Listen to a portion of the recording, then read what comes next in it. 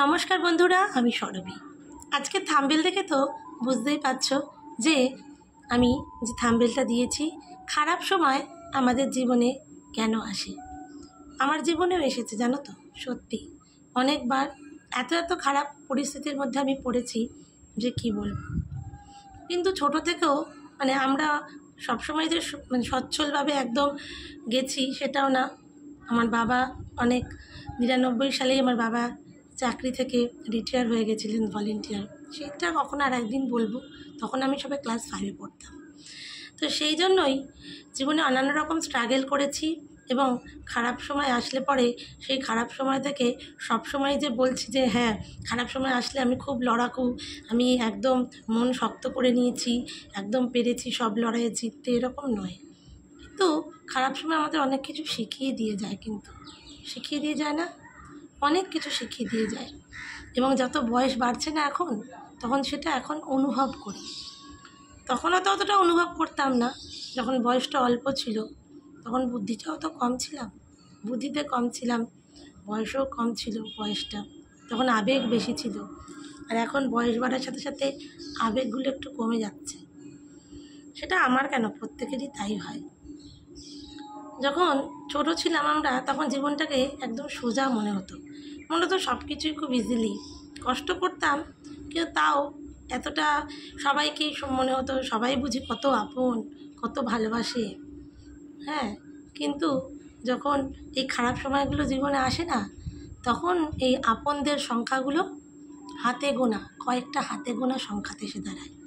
এই যে এত আপন আমার চারিদিকে, এই এত আপন থেকে তখন সংখ্যাগুলো গুনে গুনে আমাদের খুঁজতে হয় যে কারা আমাদের আপন।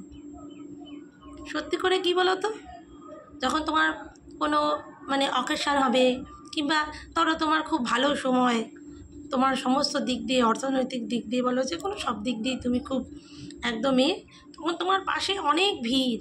যখন তুমি কোনো খারাপ বিপদে পড়বে, সে যে কোনো দিক দিয়েই হোক, তখন তুমি বুঝতে পারবে যে তোমার খারাপ সময় ঠিক পাশে কজন আছে কিংবা কজন থাকবে।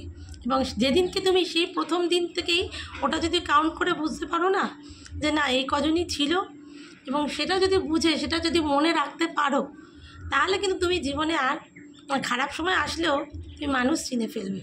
কিন্তু সেটা যদি বুঝতে না পারো যে ও ঠিক আছে থাক, ওরা হয়তো সেই সময়টা কোনো কারণে আমার জন্য আমার পাশে এসে দাঁড়াতে পারেনি। দেখো, অর্থটা তো দরকার, বেঁচে থাকতে গেলে অর্থ সত্যিই প্রয়োজন। আমি আজকে বুঝি, আমি একটা যাই হোক যে কাজ করি, তো কাজ ছোট বড় হয় না, কাজ করছো সম্মানের সাথে, সৎপথে, এবং নিজে যতটুকু রোজগার করি না, সেটা অনেক শান্তির। অনেকে আজকে বিপদে আপদে পড়লে আমি যেমন আমার পরিবারের পাশে দাঁড়াতে পারবো, আমি আমার মা বাবার পাশে দাঁড়াতে পারবো, আমার সন্তান, স্বামী, আমার নিকটস্থ যতটুকু পারি, এবং আমি নিজের জন্য নিজের রক্ষা করতে পারবো। এটুকু আমার মনে হয় যে একটা মেয়েদের প্রত্যেকেরই কিছু না কিছু করা প্রয়োজন। এবং ছোটোবেলা থেকে আমার সেই স্বপ্নটা ছিল। এখন যাই হোক কিছু একটা করি। আমি সেটাই বলছি, কোনো কাজই, আমি একজন ICDS-এর টিচার, 17 বছর ধরে চাকরি করছি। অনেক অল্প বয়সে এই চাকরিটা পেয়েছিলাম, তখন আমি সবে ফার্স্ট ইয়ারে পড়তাম।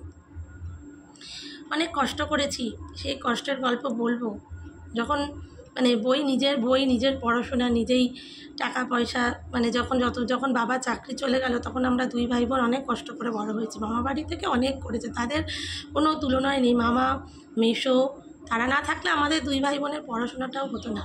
তাই বলি, এই যেই প্রসঙ্গে আলোচনা, খারাপ সময় যখন এসেছে না, তখনই বুঝেছি যে এত ভিড়ের মাঝখানে যখন হাতে গোনা মানুষজন চলে এসেছে কয়েকজন, তখন বুঝেছি যে এই মানুষগুলোই আমার সত্যি করে আপন, এবং এই মানুষগুলোকে আমাদের আঁকড়ে ধরে আগামী দিনগুলো এগিয়ে যাওয়া উচিত।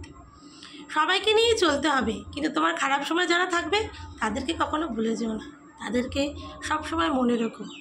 আর আজকের মতো এটুকুই ভিডিওটা ভালো লাগলে অবশ্যই সাবস্ক্রাইব করো, লাইক করো, কমেন্ট করো, তোমাদের অভিজ্ঞতা শেয়ার করো। আজকের মতো এটুকুই।